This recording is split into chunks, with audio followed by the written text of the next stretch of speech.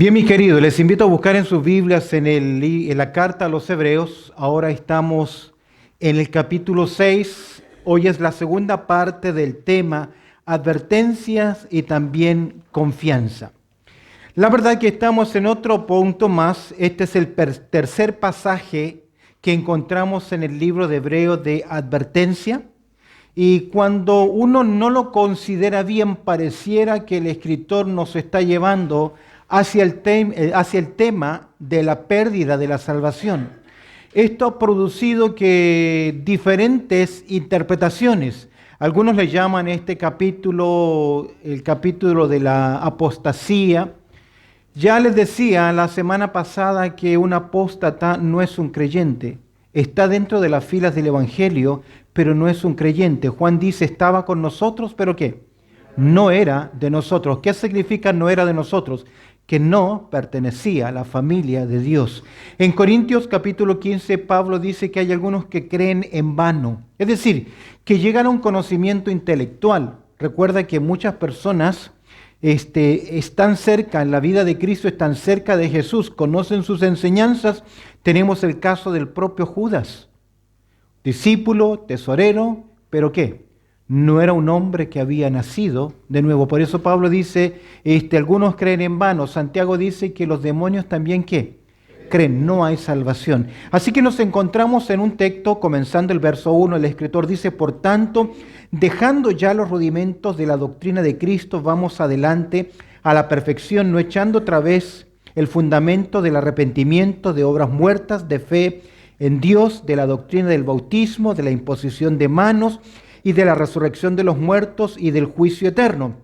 Y esto haremos si Dios en verdad lo permite. Lo primero que el escritor nos ha dicho acá es, hay un progreso necesario que se espera en el caminar del cristiano. El escritor a los Hebreos está mirando esto. ¿Recuerdas el capítulo anterior? Debiendo ser ya maestros después de ¿qué? De tanto tiempo. Es decir, que ellos por lo menos ya llevan más de 30 años en el Evangelio. Recuerda que es un grupo que vive en Jerusalén, que ha enfrentado la persecución que comenzó a ocurrir con Saulo de Tarso. ¿Recuerdas? Que él asoló a la iglesia y los persiguió y muchos creyentes tuvieron que salir de Jerusalén. Estos de alguna forma están en Jerusalén, tal vez regresaron, pero al mirar es la esperanza del cristiano, el retorno del Señor. Recuerda que los apóstoles creían que el Señor iba a venir inmediatamente. Han pasado ya 35 años y algunos comienzan a mirar nuevamente el sistema judío, las ofrendas, los sacrificios en el templo, como algo que tal vez podemos modificar o arreglar. En cierta forma, estaban queriendo ¿qué? Volver atrás. ¿Producto de qué? No han crecido en sus vidas espirituales. Recuerda la primera pasaje de advertencia o el segundo pasaje de advertencia. Aquí encontramos ahora que el escritor dice, se da cuenta que hay una inmadurez de parte de este grupo. Es por eso que el escritor les dice, miren, el progreso era necesario, el desafío de avanzar. El escritor dice, verso 1, bueno, vamos a decir algo, vamos a avanzar en nuestras vidas. Por tanto, dejando ya los rudimentos de ¿qué? De la doctrina. Y él va a mencionar por lo menos 5 aspectos de doctrina general que ya los escritores, que ya los receptores de esta carta, ya en sus vidas espirituales tenían que haberlo tenido muy claro. ¿Cuáles son? El arrepentimiento de obras que muertas, y agrega de la fe en Dios. Primero ellos debían entender el arrepentimiento de obras muertas, es decir, que el sistema que ellos estaban llevando de ofrendas, de sacrificios, muy bien pegado a la ley, muy obedientes, no cambiaba el corazón de los hombres. Y aquí hay algo interesante. Arrepentimiento siempre va vinculado con la fe. Luego dice de la doctrina de ¿qué? Del bautismo. ¿Qué bautismo conocían ellos? El sistema ritual del bautismo de los sacerdotes para la instauración del sacerdocio o el ministerio en el templo. Ellos también habían oído del bautismo de Juan. ¿Recuerdas? De Juan el Bautista, pero el bautismo de Juan el Bautista ¿es el mismo bautismo de los cristianos? No, son bautismos ¿qué? Diferentes, y ellos debían ¿qué? Comprender. Hoy nosotros debemos entender también que aparte del bautismo cristiano, tenemos también el bautismo del Espíritu Santo, y cuando no entendemos estas doctrinas, producen en el pueblo del Señor ¿qué? divisiones. Por eso el escritor dice, estas son verdades que los creyentes ya deben conocer. Arrepentimiento, la doctrina del bautismo, de la imposición de manos, que es la identificación con el servicio, con la comunión. Resurrección de los muertos, doctrina importante para los hebreos. Los hebreos creían en la resurrección. Daniel 12:12 claramente nos enseña que ellos creían en la resurrección, y porque la palabra de Dios dice que un día los hombres van a resucitar, unos para vida y otros para vergüenza. Cuando Pablo escribe Corintios 15, dice, os declaro un misterio. No todos dormiremos, pero sí todos seremos transformados. El misterio que enseña el apóstol Pablo no es la resurrección, porque la resurrección de los creyentes es enseñada en el Antiguo Testamento. Lo que el misterio del apóstol Pablo es la transformación de nuestros cuerpos, de los que están vivos, y también la resurrección con cuerpos diferentes de aquellos que están muertos. ¿Cuándo? Aquí está el gran misterio. Cuando el Señor Jesucristo venga a buscar a los suyos. Por lo tanto, la doctrina de la resurrección de los muertos y finalmente la doctrina del juicio eterno. Es decir, que esos primeros creyentes, y que todo creyente debe saber, debe tener claro las doctrinas, estas 5 doctrinas que son mencionadas, incluimos también el juicio eterno. ¿Por qué es importante? Porque el creyente debe saber, Romanos capítulo 8, verso 1, que ninguna condenación hay, ¿para quiénes? Para los que están en Cristo Jesús. Por lo tanto, hemos visto en el progreso necesario el desafío de abrazar doctrinas a aventajar, y veamos el verso 3, la determinación a alcanzar. Por tanto, dice el escritor, ustedes, nosotros, que ya llevamos años en el Evangelio, por tanto, dice, dejando ya los rudimentos de la doctrina, no es que no son importantes, sí son, pero no necesitan los creyentes estar continuamente que se les enseñen el ABC de la vida cristiana. Se entiende que eso es parte del discipulado. Se entiende que usted tiene que haber sido discipulado en sus primeros años de la vida espiritual. De ahí que muchas iglesias han tenido un culto que le han llamado el culto de evangelismo. Y todo el tiempo lo único que hacen es predicar el evangelio. Escúcheme bien, y lo digo con mucho respeto. El evangelio, la presentación del evangelio no edifica a los creyentes. No lo edifica. Lo que edifica a los creyentes es la exposición de la palabra de Dios. Ahora, si hay personas nuevas, el predicador debe tener la sensibilidad, ¿para qué? Presentar el evangelio. Pero hay iglesias que tradicionalmente dicen, no, este es nuestro culto ¿de qué? De evangelismo y solo evangelismo. El pueblo del Señor no crece en ese culto. Crece cuando se expone la palabra de Dios. Por lo tanto, dice el escritor, dejando ya los rudimentos de la doctrina, y el escritor ¿qué dice? Y si Dios, en verdad ¿qué? Lo permite. En otras palabras, pido a Dios que Él me ayude. Entramos ahora a los versos 4 al 8, porción difícil. Le hemos denominado, escúcheme bien, la perseverancia de los salvos. Si usted sigue el punto, estamos en Hebreos capítulo 6, la perseverancia de los salvos. ¿Por qué le pongo la perseverancia de los salvos? ¿Por qué este título? Porque es una porción que normalmente se ha utilizado para enseñar pérdida de salvación. Personalmente creo que desde este versículo, verso 4 en adelante, el escritor, lejos de decirnos se pierde la salvación, por el contrario, fue escrito para animarnos, para darnos a entender la seguridad que tienen los creyentes. Y en doctrina se le llama la perseverancia de los salvos, que tiene que ver con la seguridad de nuestra salvación. Ahora escúcheme bien, la salvación no depende de lo que yo hago, de lo que usted hace. La salvación descansa en la obra consumada ¿de quién? De Cristo Jesús. Ahora, yo debo cuidar mi salvación con temor y temblor. ¿Qué significa eso? No es la advertencia que la puedo perder, que Dios me va a borrar, que Dios me va a castigar y me va a quitar mi salvación. Tiene que ver que entendiendo el gran regalo de la gracia de Dios, entendiendo el gran privilegio de la salvación, ¿qué debo hacer yo con mi vida? Crecer. ¿Sabe por qué? Porque el escritor a los hebreos nos va a decir, Dios es amor, pero también es fuego consumidor. Gálatas capítulo 6, verso 7 dice, no os engañéis, Dios no puede ser burlado. Todo lo que el hombre sembrare, que eso también segará. ¿A quién fue escrito? ¿A inconversos? Gálatas capítulo 6 no fue escrito a gente inconversa. Fue escrita al pueblo del Señor porque hay muchos quienes abusan de la gracia de Dios. Y el escritor a los hebreos comienza a prepararnos. Que Dios a sus hijos, capítulo 12, ¿qué hace? Los disciplina. Y a veces los disciplina al punto en que Dios decide ¿qué?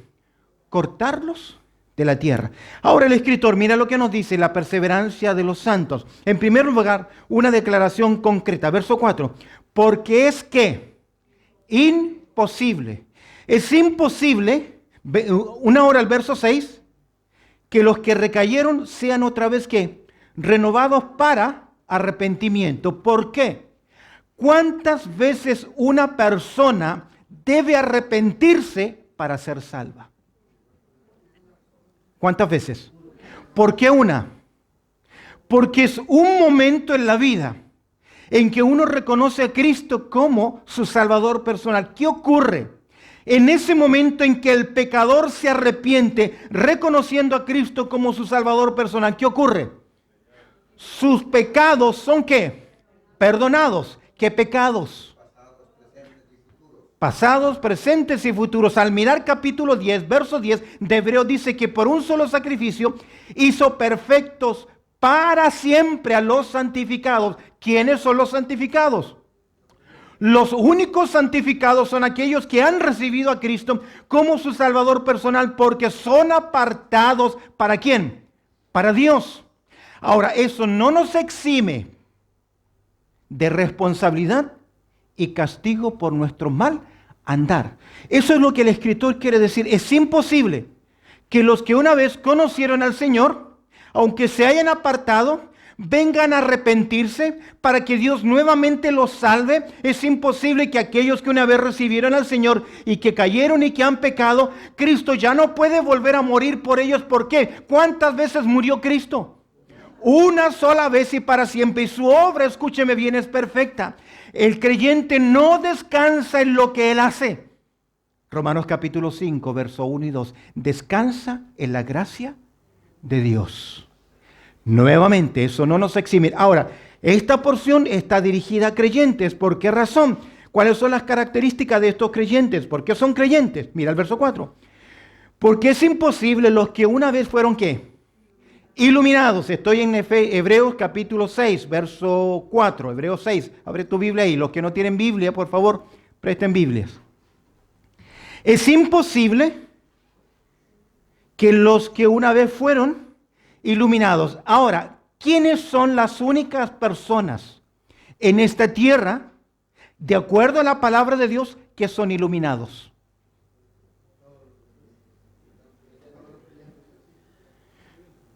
¿Todos los creyentes o solo los creyentes?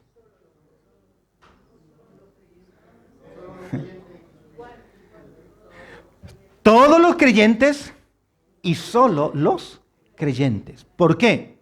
Porque si no somos iluminados, según los Corintios 4:4, si no se saca de nosotros, ¿qué cosa? La venda. El hombre natural no percibe las cosas que son del Espíritu de Dios o de las Escrituras, y para él ¿qué son? Locura. Por lo tanto, el escritor está diciendo que estas personas son creyentes porque en primer lugar fueron ¿qué? Iluminados. Mira el capítulo 10, verso 32. Capítulo 10.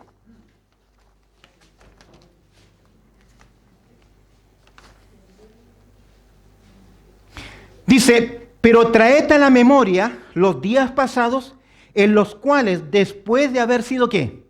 Iluminados, sostuvisteis gran combate de padecimiento. ¿Qué está diciendo? Después de iluminados, ¿a qué se refiere? Después de que ustedes recibieron a Cristo como su Salvador personal. Segunda característica, por eso tenemos una declaración concreta: es imposible que Cristo vuelva a morir por ellos. Es imposible que vengan al arrepentimiento nuevamente para salvación. ¿Por qué? Porque han sido iluminados. En segundo lugar, porque han gustado ¿qué? Del don celestial. Dice, y gustaron. Es decir, que han sido partícipes. El gustar no es solamente saborear. Algunos han dicho, ¿ves? No son salvos porque solo paladearon la salvación. No, mis queridos.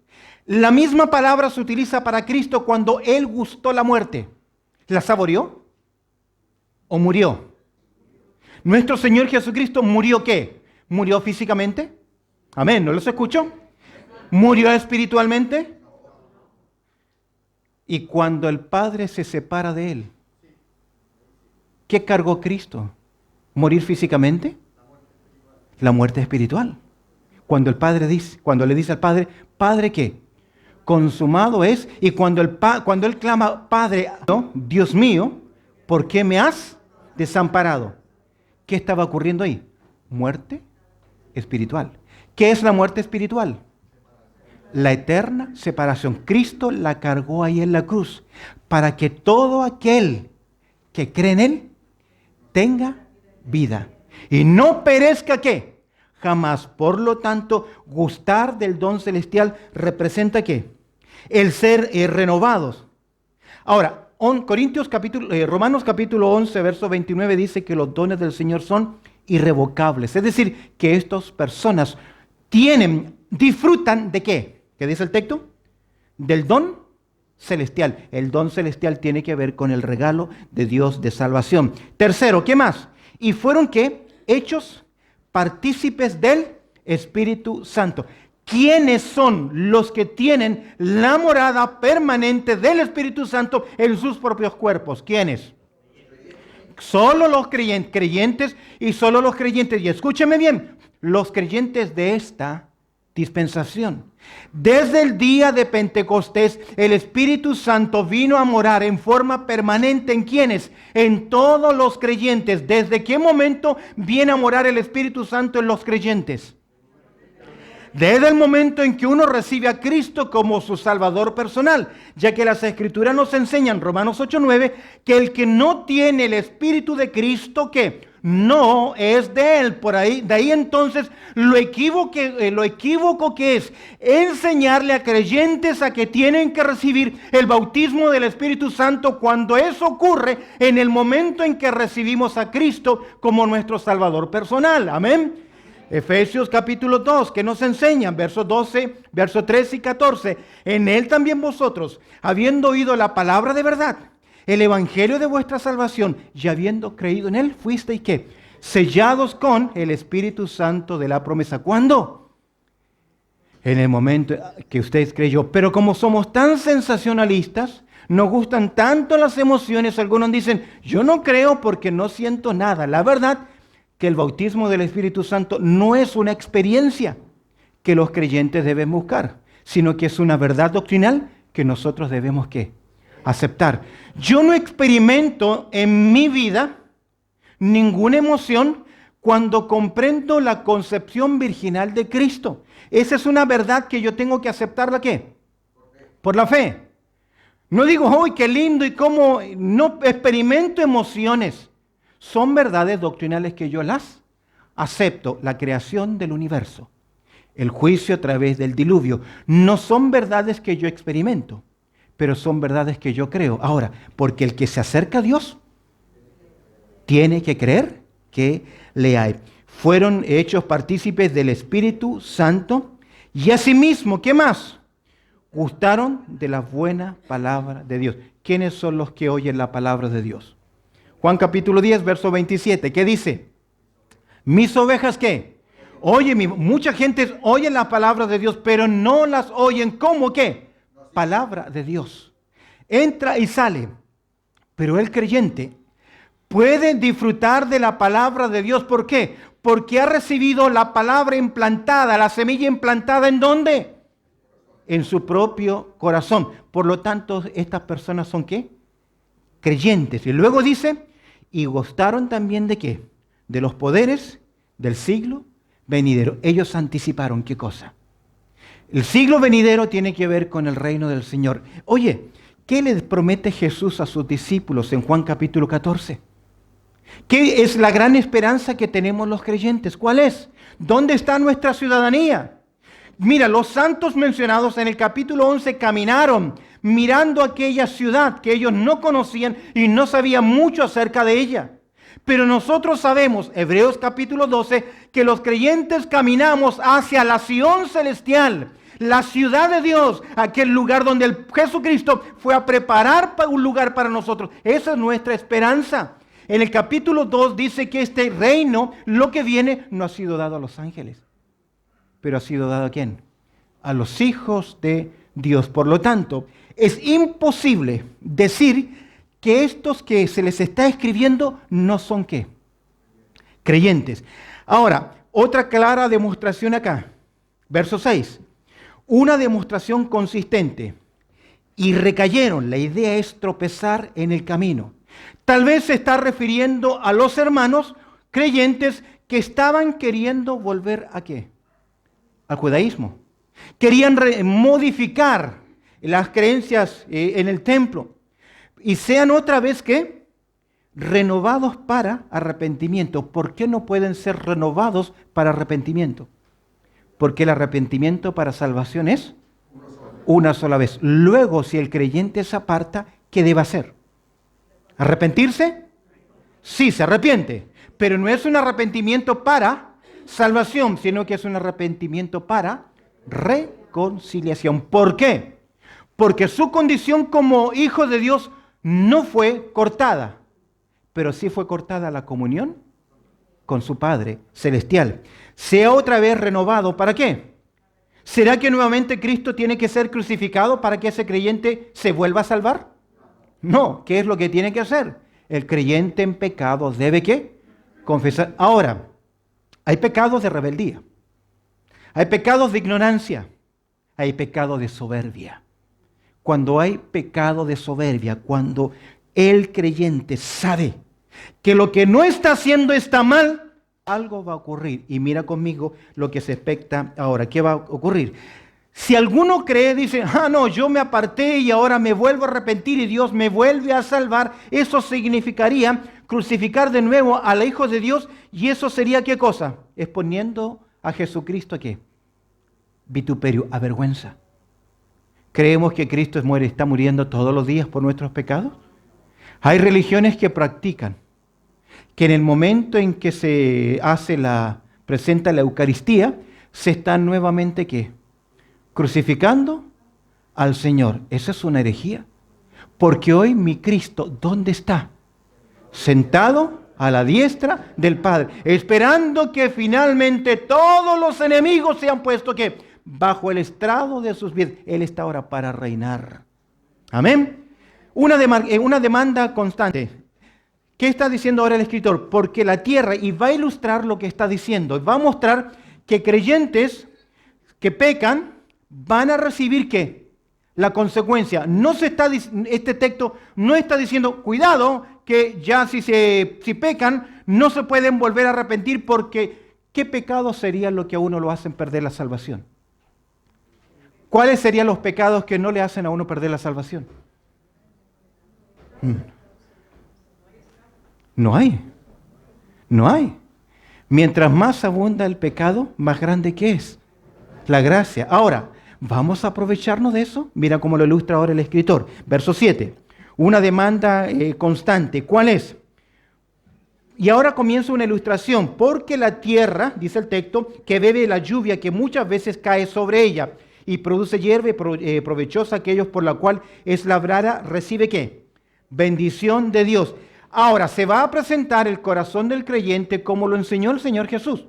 Si hay una buena tierra, la semilla es buena, ¿qué debe producir esa semilla en esa buena tierra? Fruto. Y Dios está esperando, porque la tierra que bebe la lluvia que muchas veces cae sobre ella, esta lluvia, ahora está utilizando un lenguaje figurado, representa las bendiciones de Dios sobre los creyentes. Bendiciones abundantes.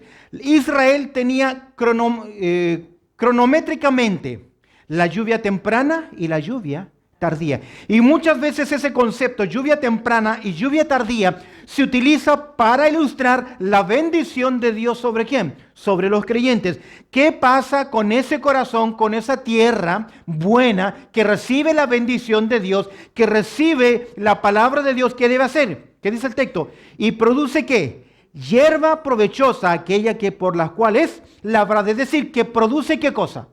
Resultados. ¿Qué dijo Jesús acerca de sus pámpanos? Yo os he elegido a vosotros para que vayáis y ¿qué? Y llevéis fruto, y vuestro fruto que permanezca. Escúcheme bien. De su pueblo el Señor Jesucristo está esperando que demos ¿qué? Frutos.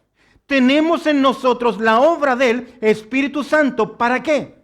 Para que el Espíritu Santo en nuestra vida, en nuestro andar, en nuestro compromiso, demos ¿qué? Fruto. ¿Y qué tipo de fruto?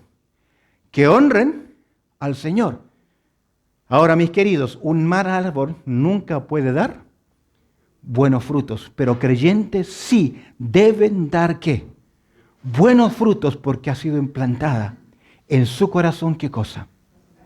La palabra de Dios. Ahora, una demanda constante, fruto, pero mira, una disciplina consecuente, pero la que produce espinos y abrojos. Aquellos que retroceden, volviendo al contexto, aquellos que pecan, ¿qué dice? Pero los que producen ¿qué?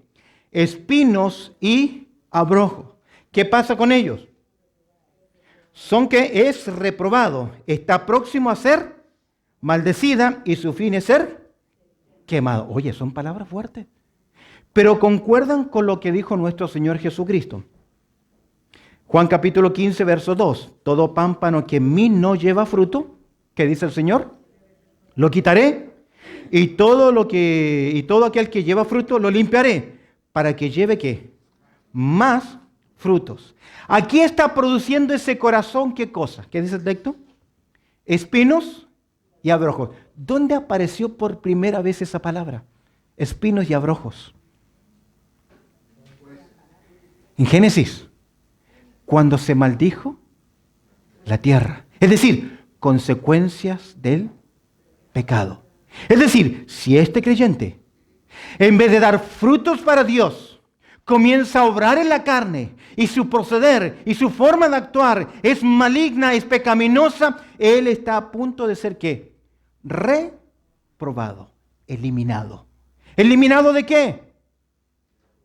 ¿De la salvación? Yo creo, mis queridos, que hay creyentes que por causa de su pecado, de su mal testimonio, aunque se arrepientan 1000 veces, Dios ya no los va a usar porque no son instrumentos para honra. ¿Sabes qué dice el apóstol Pablo? Yo golpeo mi cuerpo y lo pongo en servidumbre. No habiendo sido antes heraldo para otros, yo mismo venga a ser ¿qué?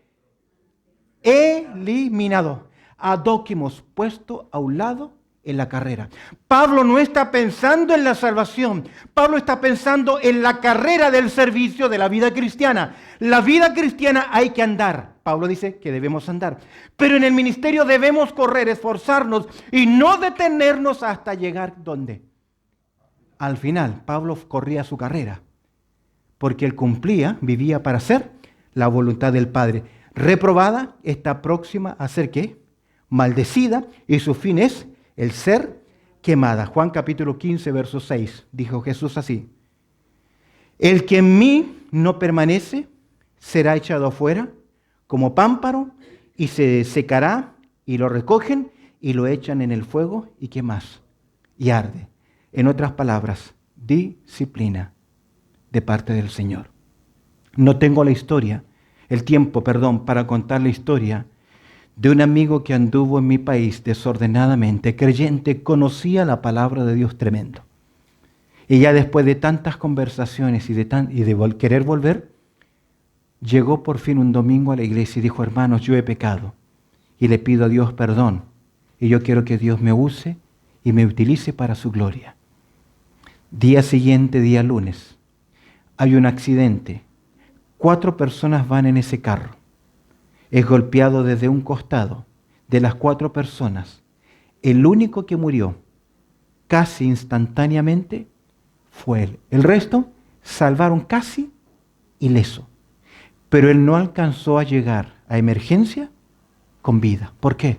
¿No se había arrepentido? Es que a veces nosotros cruzamos la línea. No perdió su salvación. Y muchos dicen: pero si viene el Señor y está en pecado. Queridos, La salvación no depende de lo que usted hace. Eso no le da a usted tarjeta verde, no le da a usted licencia ¿para qué? Para pecar. ¿Por qué? Porque aquí tenemos algo interesante.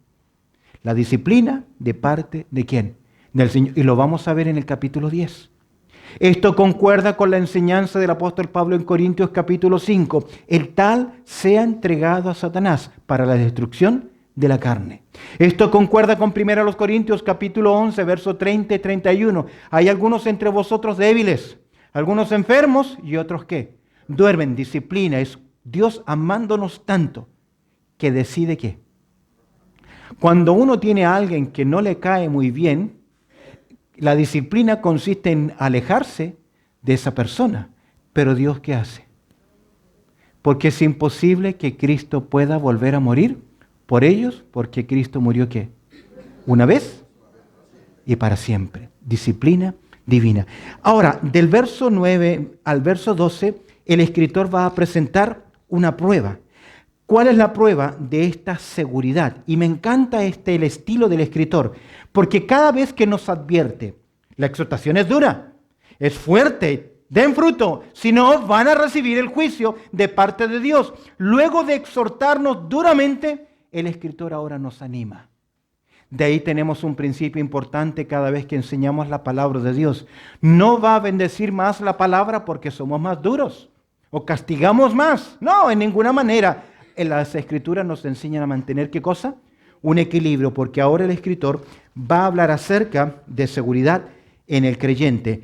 Pero en cuanto a vosotros, mira la confianza sobre el proceso, sobre el progreso en la vida. Pero en cuanto a vosotros, oh amados, ¿estamos qué? ¿Persuadidos de qué? De cosas mejores que pertenecen a qué? A la salvación, aunque hablamos así. Es decir, fue duro, hay una advertencia. Pero yo sé que ustedes van a entender esta advertencia, porque tienen el Espíritu de Dios, su venda de los ojos ha sido quitada, tienen la palabra de Dios implantada en su vida. Pero en cuanto a vosotros, oh amados, ¿a quién le está hablando él? Creyentes. Ahora, aquí hay algo interesante. Pablo dice en 1 Corintios capítulo 10, verso 12, el que piensa estar firme, ¿qué? Mire que no caiga. Queridos, ninguno de nosotros es inmune a la tentación. Si no cuidamos, ¿qué dice Pablo? Golpeo mi cuerpo y lo pongo en servidumbre. Queridos, si usted no es constante, si usted no es fiel, si usted no está leyendo la palabra de Dios, usted no está sirviendo, compartiendo con otros, asistiendo fielmente, sirviendo al pueblo del Señor, usted no va a crecer jamás en la vida cristiana. Lo que hará será apariencia de espiritualidad. Pero en los momentos críticos, en los momentos de prueba, se verá el carácter que usted tiene, la calidad de cristiano que usted es. Porque frente a cosas sencillas, si reaccionamos carnalmente, ¿qué está evidenciando? Que debiendo sellar maestros, ¿después de qué? De tanto tiempo, están todavía como niños espirituales. Por eso el escritor dice, estamos persuadidos ¿de qué? De cosas mejores que pertenecen ¿a qué? A la salvación. Aunque, dice el escritor, hablamos así, es decir, los advertimos. Mira el verso 10, la convicción sobre la premiación.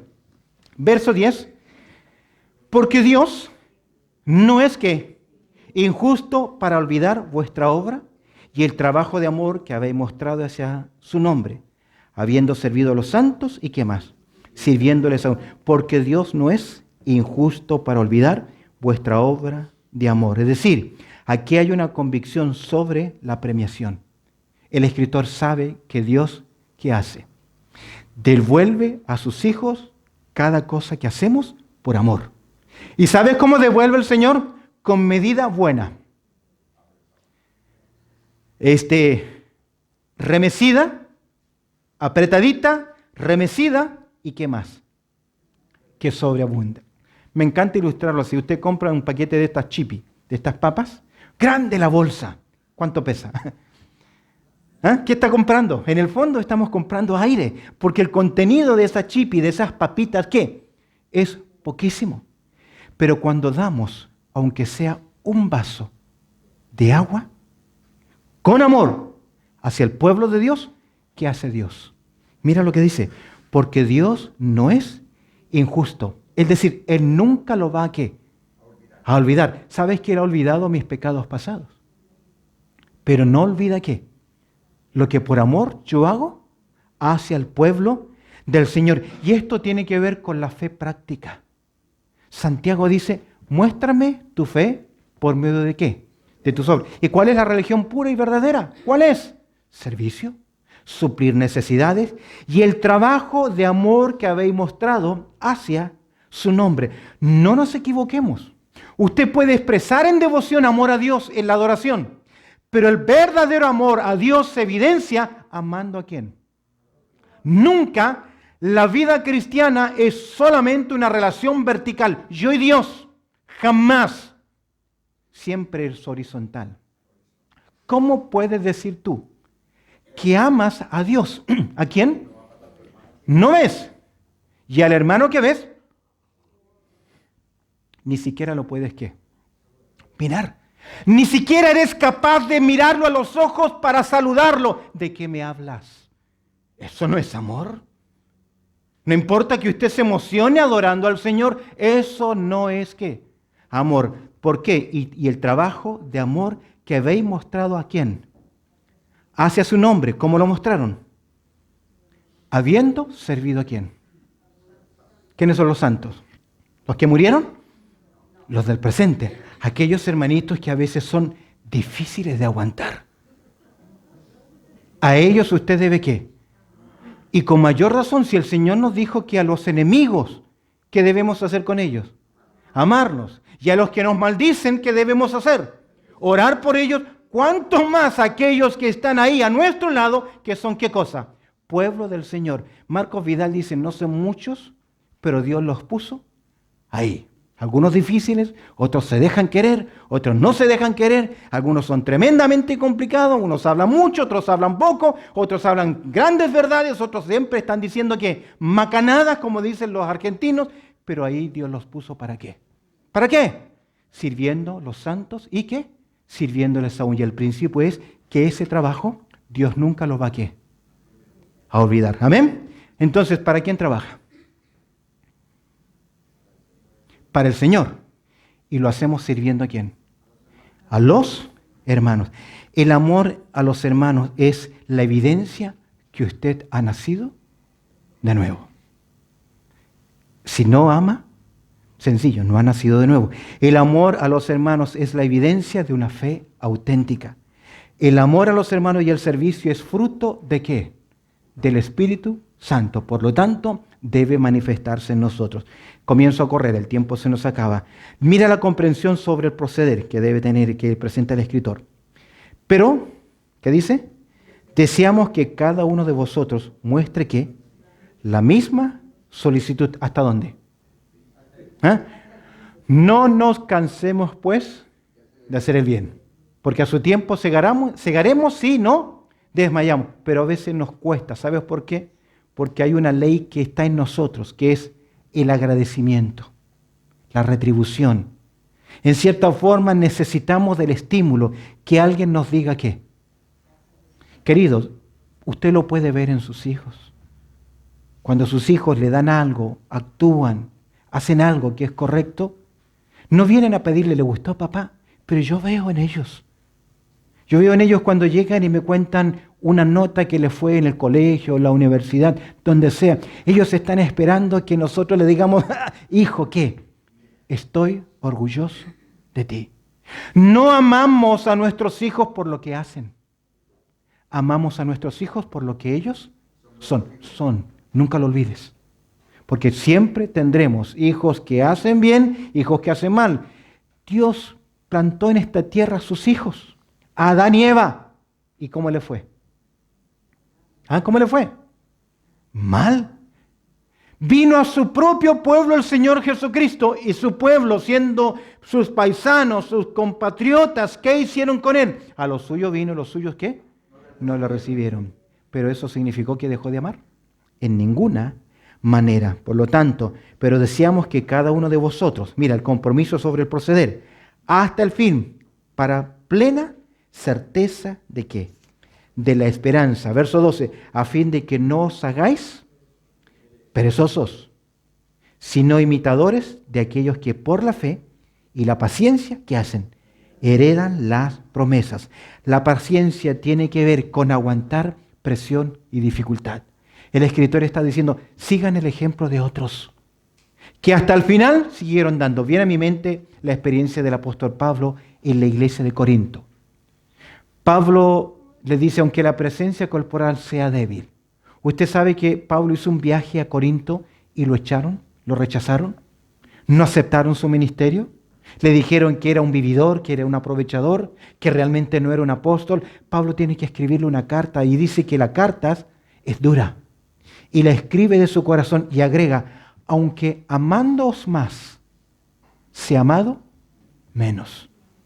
Porque no hay nada más ingrato en la vida, y lamentablemente en el pueblo del Señor es así, que tú puedes hacer 99 cosas buenas, pero hiciste una mala, por esa única mala te vamos a condenar. Porque lamentablemente la iglesia es el único ejército en esta tierra que mata a sus propios heridos en vez de cuidarlos, animarlos, restaurarlos. Por eso el escritor dice, sigan adelante e imiten el ejemplo de ¿quién? De otros, a fin de que no os hagáis perezosos, sino imitadores de aquellos que por la fe y la paciencia heredan las promesas. Mira, finalmente, para rematar. ¿Entiende el dicho? Rematar. Ese hombre está cerca del área o tiene que patear un penal.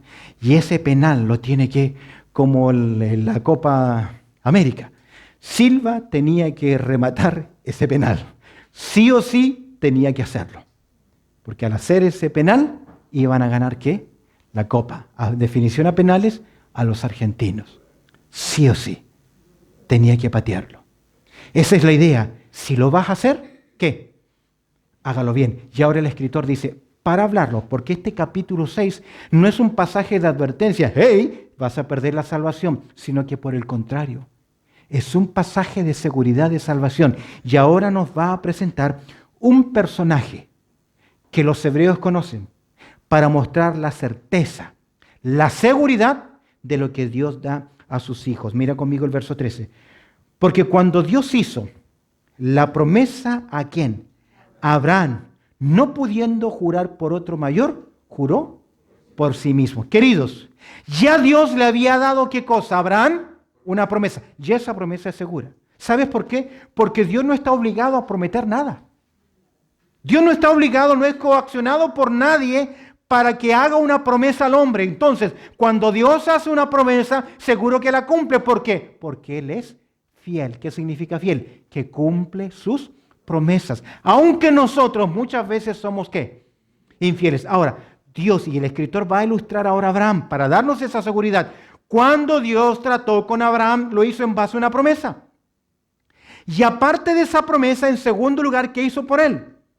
La juramentó. Dios no le prohibió a la nación de Israel el jurar.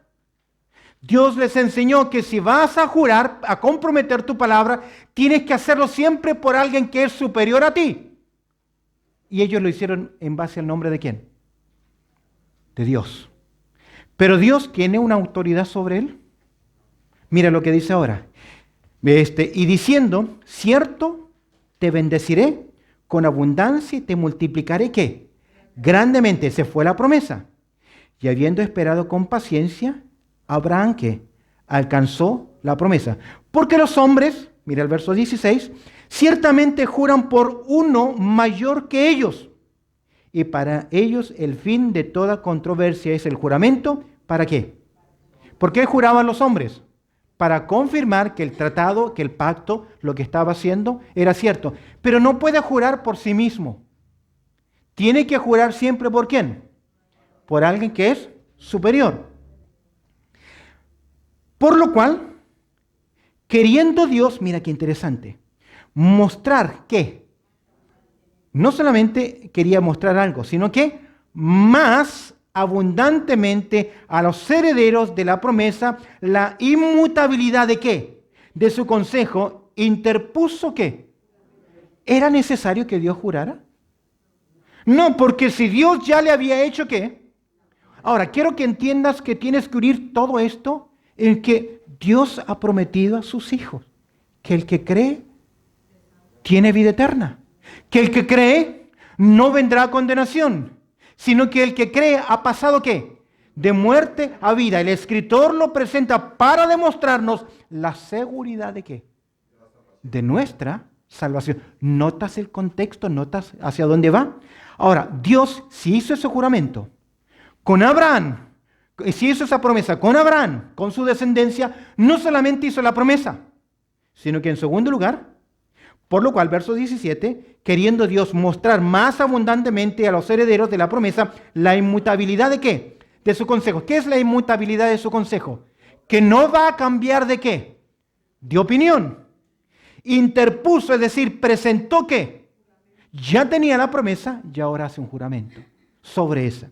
Normalmente los pactos en el Antiguo Testamento que Dios hizo con los hombres eran de un solo lado. Dios bendecía. Mira el verso 18. Para que por dos cosas inmutables, en las cuales es imposible que Dios mienta. ¿Qué está queriendo decir? Querido, Dios nos ha asegurado nuestra salvación y Él no es mentiroso. Tengamos que un fortísimo consuelo, los que hemos que acudido, ¿para qué? Para aferrarnos, para tomarnos, para afirmarnos de qué? De la esperanza puesta delante de quién? De nosotros. Cristo en vosotros. La esperanza de gloria. Aunque todo caiga a nuestro alrededor, tenemos un lugar seguro. Tenemos una persona segura y tenemos una promesa segura que aunque el cielo y la tierra pasen, escúcheme bien, Dios va a cumplir su palabra, amén. Si Él dijo, he aquí yo voy a venir para llevarlos, aleluya, Él va a venir y lo va a hacer, es su promesa. Terminemos. La cual tenemos como segura ¿qué?